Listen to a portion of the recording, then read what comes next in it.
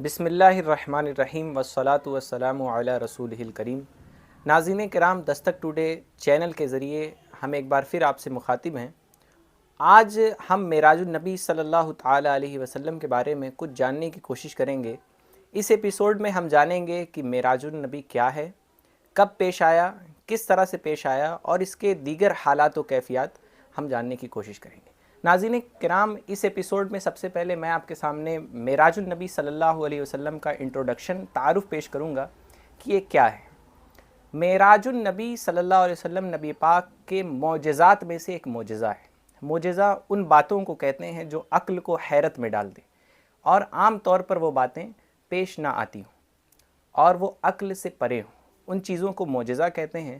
یہ نبی علیہ السلام کے خصوصیات میں سے بھی ہے، یعنی اللہ تعالیٰ نے تقریباً کم و بیش 1,24,000 انبیاء اکرام کو دنیا میں بھیجا۔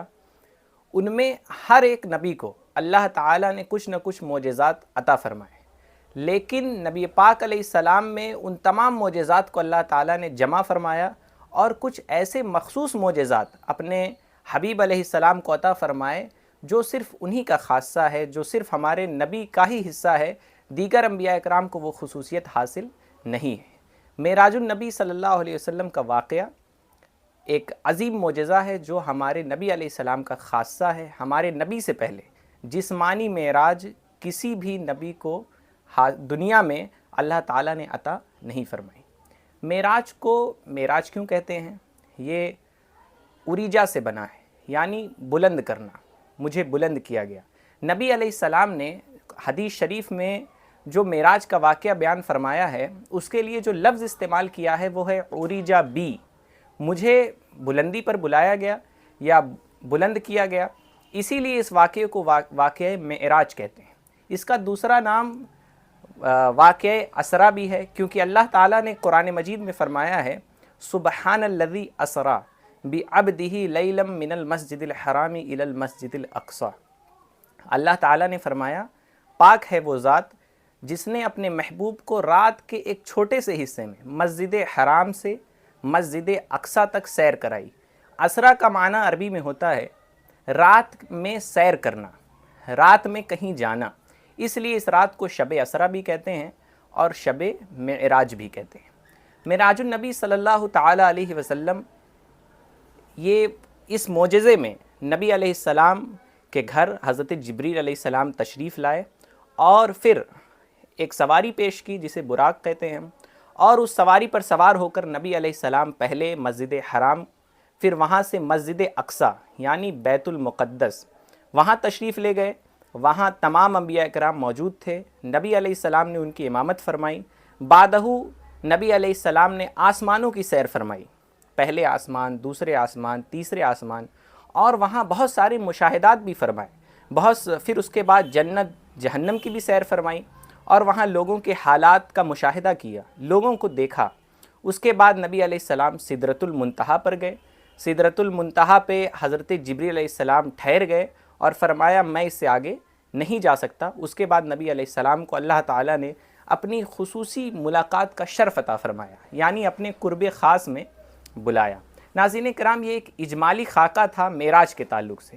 معراج النبی صلی اللہ علیہ وسلم کا واقعہ کب پیش آیا، اس بابت مورخین میں شدید اختلاف ہے۔ بعض لوگ اسے متعین نہیں کرتے ہیں، لیکن بعض محدثین نے اسے بتایا ہے کہ یہ رجب میں ہوتا ہے، رجب کے مہینے میں یہ واقعہ پیش آیا، اور بعض نے تاریخ کی بھی تخصیص کی ہے کہ 27 رجب شریف کو یہ واقعہ پیش آیا، جو آنے والی 7 فروری کو 26 کا دن ہوگا اور مغرب بعد 27ویں شب ہوگی، یعنی شب معراج۔ یہ بڑی اہمیت کی حامل رات ہے اور اس میں ہمیں عبادت، ریاضت اور دیگر جو بھی معاملات کرنے ہیں انشاءاللہ آگے کی نشریات میں وہ آپ کو بتائے جائیں گے۔ تو معراج النبی کا واقعہ 27 رجب شریف کو پیش آیا۔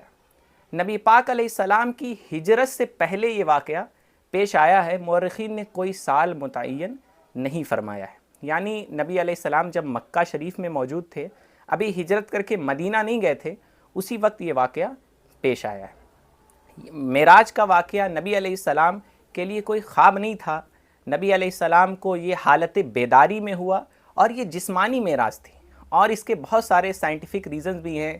لوگ اعتراض کرتے ہیں کہ ہمارے سولر سسٹم کو پار کرنا یہ ممکن نہیں ہے، یا پھر بلیک ہول ہے ہماری گلیکسی میں۔ اس کے علاوہ بہت ساری چیزیں ہیں جس کے بابت علماء اہل سنت نے اور علماء اسلام نے جس پہ ایک دندہ شکن جواب اس کے عطا فرمائے ہیں۔ آنے والی نشریات میں ہم ان سب کو جاننے کی کوشش کریں گے۔ اللہ تعالیٰ ٹائم اور اسپیس، وقت اور جگہ سے پاک ہے، اور اس کے علاوہ بہت سارے اعتراضات ہیں کہ جب نبی علیہ السلام جب معراج پہ تشریف لے گئے تو اللہ تعالیٰ نے فرمایا رات کے ایک چھوٹے سے حصے میں ہم نے اپنے محبوب کو سیر کرائی مسجد حرام سے مسجد اقصیٰ تک۔ اس کا تعلق ہمارے ایمانیات سے بھی ہے۔ بزرگان دین فرماتے ہیں جو معراج کا انکار کرے اور مسجد حرام سے مسجد اقصیٰ تک نبی علیہ السلام کے جانے کا انکار کرے وہ کافر ہے، کیونکہ وہ قرآن پاک کی آیت کا انکار کر رہا ہے کہ یہ سفر معراج، یعنی معراج کا یہ ٹکڑا کہ نبی علیہ السلام مسجد حرام سے مسجد اقصیٰ تشریف لے گئے، یہ قرآن مقدس کی آیت سے ثابت ہے۔ اللہ تعالیٰ نے فرمایا ہے سبحان الذی اسریٰ بعبدہ لیلا من المسجد الحرام الی المسجد الاقصیٰ۔ تو مسجد حرام سے مسجد اقصیٰ تک جانے کا بھی ایک طویل راستہ تھا، تقریباً غالباً میرے خیال سے 1 مہینے کا اس وقت راستہ تھا، لیکن نبی علیہ السلام کو اللہ تعالیٰ نے رات کے ایک چھوٹے سے حصے میں سیر کرائی اس علاقے کی۔ تو جو معراج شریف کے اس حصے کا انکار کرے وہ کافر ہے، کیونکہ وہ قرآن کی آیت کا انکار کرتا ہے، تو اس کا تعلق ہمارے ایمان سے بھی ہے، اس لیے بھی یہ ہمارے لیے مہم ہے۔ اس کے بعد مسجد اقصیٰ سے جو نبی علیہ السلام آسمانوں پر اور اللہ پاک کے قرب خاص میں تشریف لے گئے، اس کا اگر کوئی انکار کرتا ہے تو بزرگان دین کہتے ہیں وہ سخت قسم کا بد مذہب ہے، گمراہ ہے، بد دین ہے۔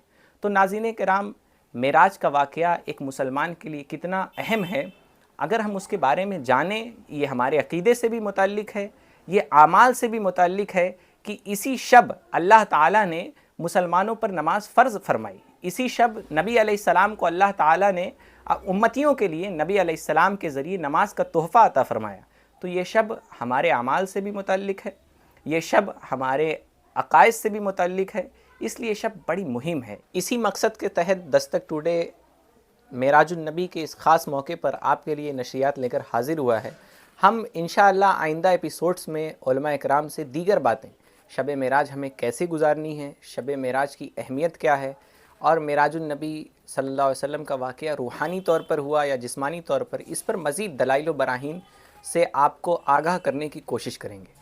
ناظرین کرام، ہماری یہ نشستیں، ہماری یہ پروگرامز امید کرتے ہیں آپ کو پسند آتے ہوں گے۔